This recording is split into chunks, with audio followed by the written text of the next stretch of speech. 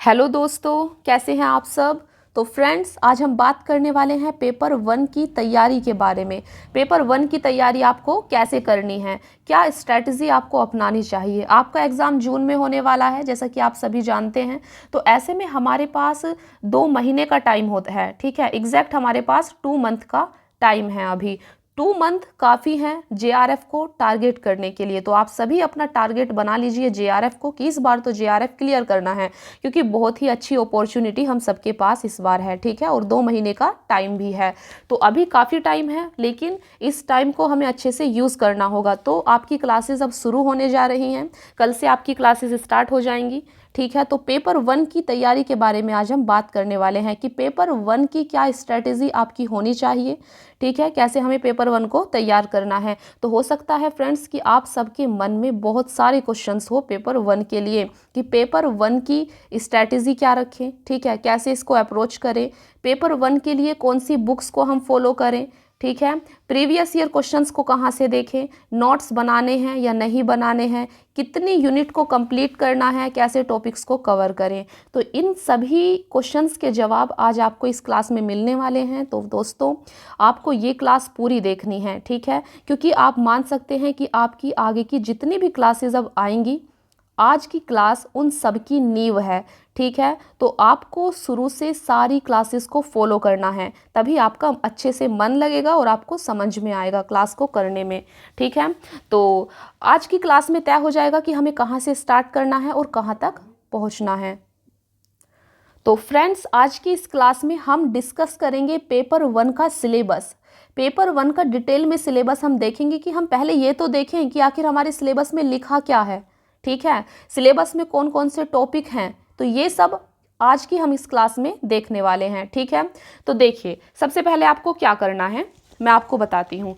सबसे पहले आपको आज अपनी सिलेबस को अच्छे से देखना है, इसके बाद पीवाईक्यू को आपको देखना होगा अच्छे से, ठीक है। अच्छा, आपके मन में सवाल होगा कि बुक्स कौन सी फॉलो करनी है। तो बुक्स पेपर वन के लिए आप 2 बुक्स को फॉलो कर सकते हैं, ठीक है। कंटेंट के लिए, टॉपिक्स को कवर करने के लिए एक बुक आती है केवीएस मदान की, ठीक है। केवीएस मदान की बुक को आप फॉलो कर सकते हैं। और प्रीवियस ईयर क्वेश्चंस यानी कि पीवाईक्यू के लिए एक बुक आती है यूथ कंपटीशन टाइम की, ठीक है। यूथ कंपटीशन टाइम की बुक आती है प्रीवियस ईयर क्वेश्चंस के लिए, जो कि काफ़ी अच्छी बुक है, ठीक है। तो ये 2 बुक मैं आपको सजेस्ट करूंगी पेपर वन के लिए। अगर आपका मन है बुक लेने का तो आप ये 2 बुक परचेस कर सकते हैं। अच्छा, मैं इनकी आपको फ़ोटो दिखाती हूँ, ठीक है, ये कैसी बुक है, तो आपको एक आइडिया लग पाएगा। देखिए, तो देखिए फ्रेंड्स, ये पेपर वन के लिए आपकी केवीएस मदान की बुक आती है ऐसी रेड कलर में, ठीक है। तो अगर आपको बुक लेनी है पेपर वन के लिए तो आप इस बुक को ले सकते हैं, ठीक है। और प्रीवियस ईयर क्वेश्चन के लिए अगर आपको बुक लेनी है तो आप ये यूथ कंपटीशन टाइम की इस बुक को ले सकते हैं। ये काफ़ी अच्छी बुक है, ठीक है। इसमें 21 पेपर आपको 21 सेट्स मिल जाएंगे, तो इस बुक को आप परचेस कर सकते हैं पेपर वन के लिए। ये इसमें आपको प्रीवियस ईयर क्वेश्चंस मिलेंगे, ठीक है। तो ये प्रीवियस ईयर क्वेश्चंस के लिए है। तो चलिए देखते हैं हमारी आगे की क्लास। तो फ्रेंड्स, जैसा कि आपने देखा, ये 2 बुक आप परचेज कर सकते हैं, ठीक है। तो बुक्स का क्वेश्चन सॉल्व, सिलेबस आज हम डिस्कस करने वाले हैं। और एक चीज़ और मैं बता दूं आपको, आज सिलेबस डिस्कस करने के बाद कल से आपकी क्लासेस शुरू हो जाएंगी, ठीक है। तो यहाँ पर आपका पेपर वन पूरा कंप्लीट किया जाएगा। तो आप इस चैनल से जुड़ जाना। अगर आप इस चैनल पर नए हैं तो चैनल को सब्सक्राइब ज़रूर कर लेना, ठीक है।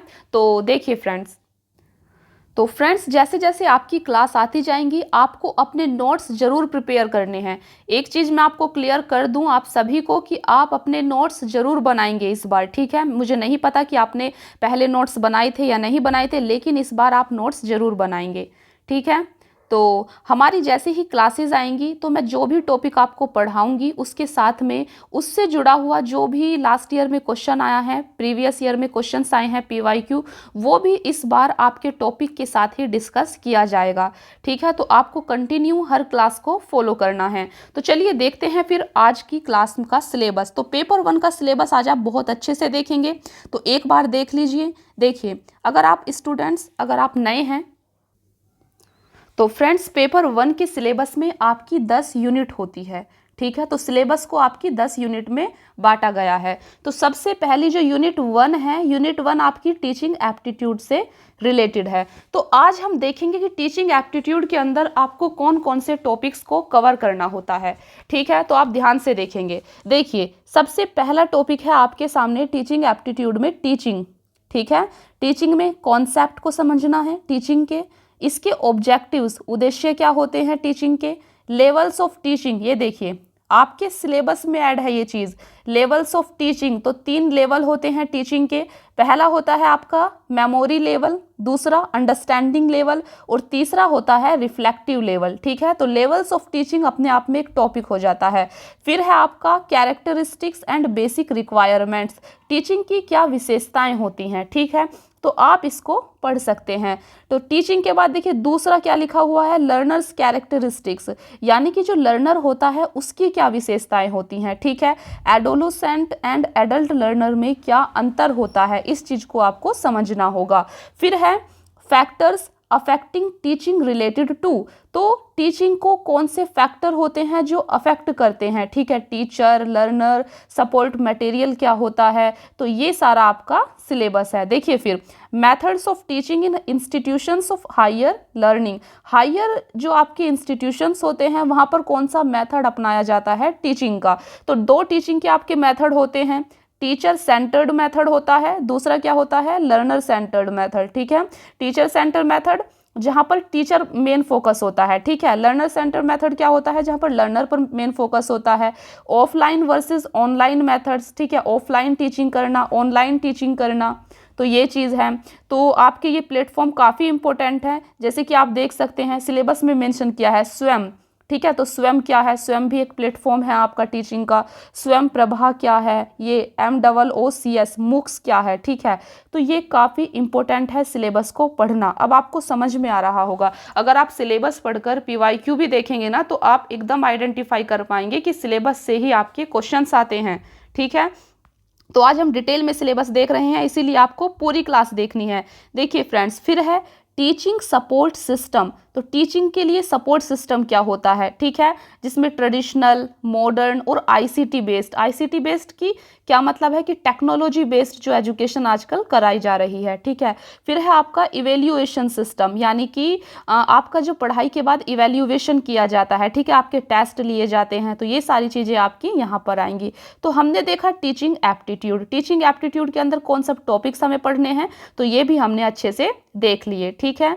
अभी आपका दूसरा यूनिट देखिए, दूसरी यूनिट है आपकी रिसर्च एप्टीट्यूड से रिलेटेड। तो रिसर्च एप्टीट्यूड के अंदर आपको कौन कौन से टॉपिक्स को कवर करना है, देखिए रिसर्च एप्टीट्यूड के अंदर आपको कवर करना होगा सबसे पहले रिसर्च, रिसर्च का मीनिंग क्या होता है, रिसर्च कितने प्रकार की होती है, क्या विशेषताएं होती हैं रिसर्च की।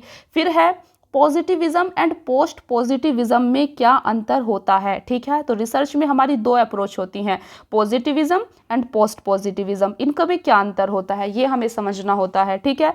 फिर देखिए मेथड्स ऑफ रिसर्च, रिसर्च के कितने प्रकार होते हैं, तो एक आपकी एक्सपेरिमेंटल रिसर्च होती है, एक डेस्क्रिप्टिव रिसर्च होती है, एक हिस्टोरिकल, ठीक है। फिर क्वालिटेटिव एंड क्वांटिटेटिव मेथड्स होता है, तो ये काफ़ी इंपॉर्टेंट होता है। फिर हमें देखना होता है स्टेप्स ऑफ रिसर्च, रिसर्च के कितने स्टेप्स होते हैं।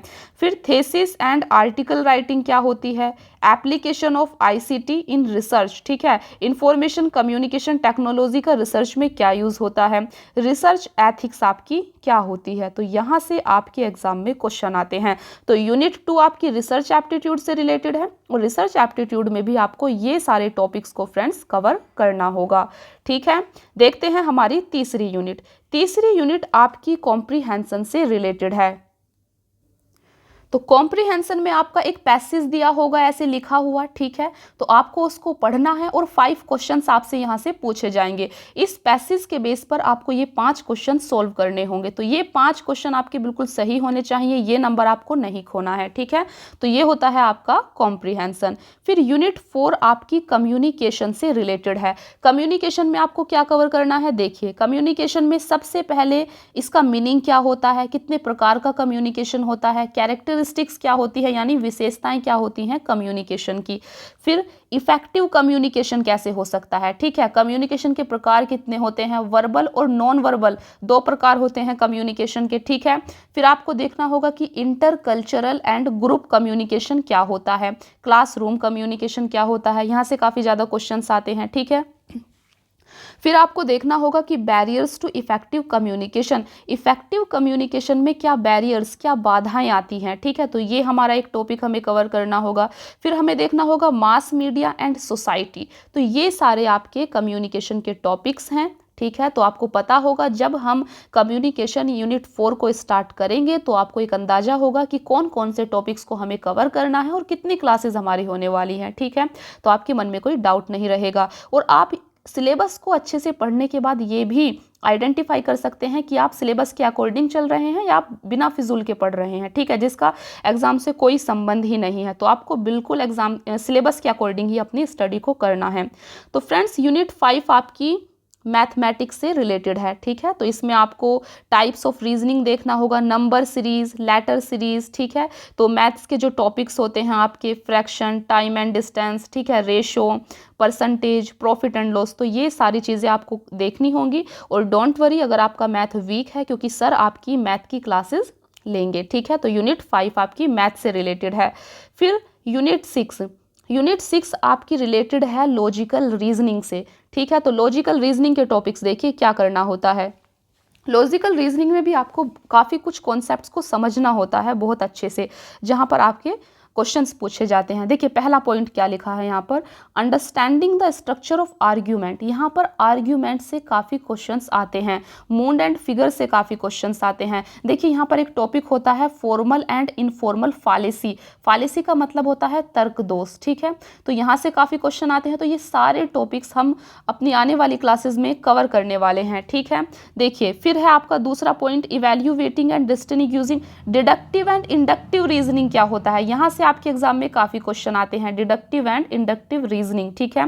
फिर है आपका एनालॉजी, वेन डायग्राम से क्वेश्चन आते हैं, इंडियन लॉजिक, ये काफी इंपॉर्टेंट है।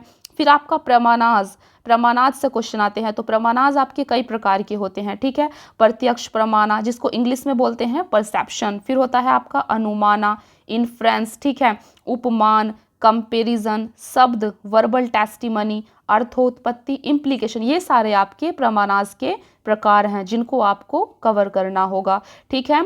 तो आप अगर सिलेबस देखते हैं और अगर आपने PYQ देखे हों तो आपको अंदाजा लग जाएगा, ये वर्ड आपने बिल्कुल देखे होंगे अपने प्रीवियस ईयर क्वेश्चंस में कि प्रत्यक्ष अनुमाना, ठीक है, ये अनुमाना, उपमान, वर्बल टेस्टिमनी, क्योंकि यहाँ से क्वेश्चंस बार बार आए हुए हैं, ठीक है। तो PYQ देखने का और सिलेबस देखने का यही फायदा होता है फ्रेंड्स। देखिए फिर है आपका अनुपलब्धि, ठीक है, तो ये प्रमाणाज के प्रकार थे। फिर हमें देखना होगा स्ट्रक्चर एंड काइंड्स ऑफ अनुमाना, ठीक है, तो अनुमान के यहाँ पर हमें प्रकार भी देखने होंगे, इन्फ्रेंस इसको बोलते हैं, ठीक है। हेत्वाभास का एक टॉपिक होता है, ये काफ़ी इंपॉर्टेंट है। तो लॉजिकल रीजनिंग में आपको ये सारे टॉपिक्स को कवर करना होगा यूनिट 6 के अंदर, ठीक है। फिर यूनिट 7 आपकी रिलेटेड है डेटा इंटरप्रिटेशन यानी कि DI से। DI के आपके 5 क्वेश्चंस पूछे जाते हैं, तो आपको अपना बेसिक जो मैथ है वो बिल्कुल अच्छा रखना है ताकि ये 5 क्वेश्चंस आप सही कर पाएँ। और सर आपको ये DI का जो टॉपिक है ये बहुत अच्छे से समझा देंगे, ठीक है। तो आपके ये 5 क्वेश्चन सही हो जाएंगे।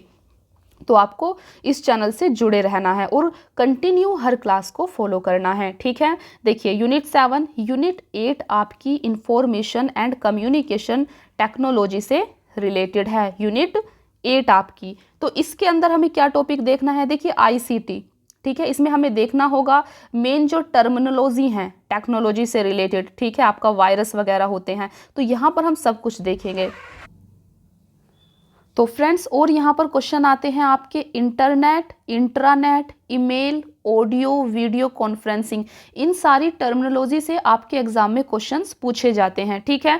फिर digital initiatives in higher education, higher education में क्या सब डिजिटल इनिशिएटिव्स लॉन्च किए गए हैं, ठीक है, ICT एंड गवर्नेंस। तो ये आपका unit 8 information and communication technology के टॉपिक्स थे। तो आपको इसके अंदर ये सारे टॉपिक्स को कवर करना होगा। आई होप कि आपको अब और अच्छे से अपना सिलेबस क्लियर हो रहा होगा, ठीक है। देखिए यूनिट 9 है आपकी पीपल, डेवलपमेंट एंड एनवायरनमेंट से रिलेटेड। ठीक है, तो इसके अंदर हमें क्या टॉपिक्स कवर करने हैं, डेवलपमेंट एंड एनवायरनमेंट। ठीक है, इसके अंदर सबसे इंपॉर्टेंट टॉपिक है आपका मिलेनियम डेवलपमेंट गोल्स क्या हैं और सस्टेनेबल डेवलपमेंट गोल्स। ठीक है, ये आपको बहुत अच्छे से याद करने हैं। फिर दूसरा टॉपिक है ह्यूमन एंड एनवायरनमेंट इंटरेक्शन। ठीक है, फिर क्वेश्चन है आपका एनवायरमेंटल इश्यूज से आते हैं, फिर पोल्यूशन से क्वेश्चन आपका आता है, नेचुरल एंड एनर्जी रिसोर्सेज से आपके क्वेश्चंस आते हैं, नेचुरल हैजार्ड एंड डिजास्टर्स। ठीक है, और कुछ आपके काफ़ी इंपॉर्टेंट है, ये देखिए एनवायरमेंटल प्रोटेक्शन एक्ट 1986। आप इन कीवर्ड्स को पकड़िए। ठीक है, अपने सिलेबस की जो ये कीवर्ड है ना, इनको ध्यान से देखिए। देखिए क्या लिखा है, national action plan on climate change. अपने आप से पूछिए क्या आपने ये पढ़ा है, नहीं। ठीक है, पढ़ा नहीं है तो हम इन सबको कवर करेंगे। देखिए मॉनेट्रियल प्रोटोकॉल के बाद रियो समिट। ठीक है, फिर है आपका convention on biodiversity, Kyoto protocol, Paris agreement, international solar alliance. ये बहुत ज़्यादा इंपॉर्टेंट टॉपिक हैं आपके। ठीक है, तो इन टॉपिक्स को छोड़कर तो आप जा ही नहीं सकते, जबकि आपके सिलेबस में साफ साफ मेंशन किया गया है। अगर इनको आप छोड़कर जाते हैं तो बहुत ही मतलब अपने ही पैर पर कुल्हाड़ी मारने वाली बात है। ठीक है, तो ये फ्रेंड्स आपका यूनिट 9 एनवायरनमेंट से रिलेटेड है, पीपल डेवलपमेंट एंड एनवायरनमेंट, और इसके अंदर आपको ये सारे टॉपिक्स को कवर करना है।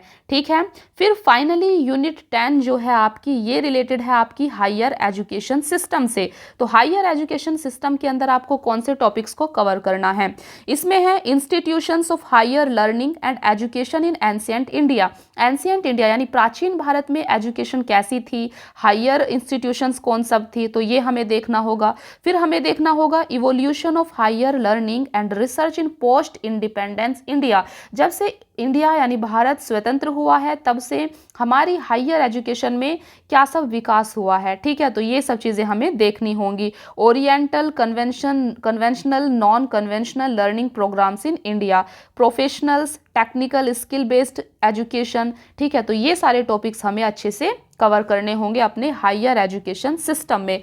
तो फ्रेंड्स, ये थी आपकी 10 यूनिट। ये 10 यूनिट का हमने सिलेबस आज बहुत ही डिटेल में देखा है।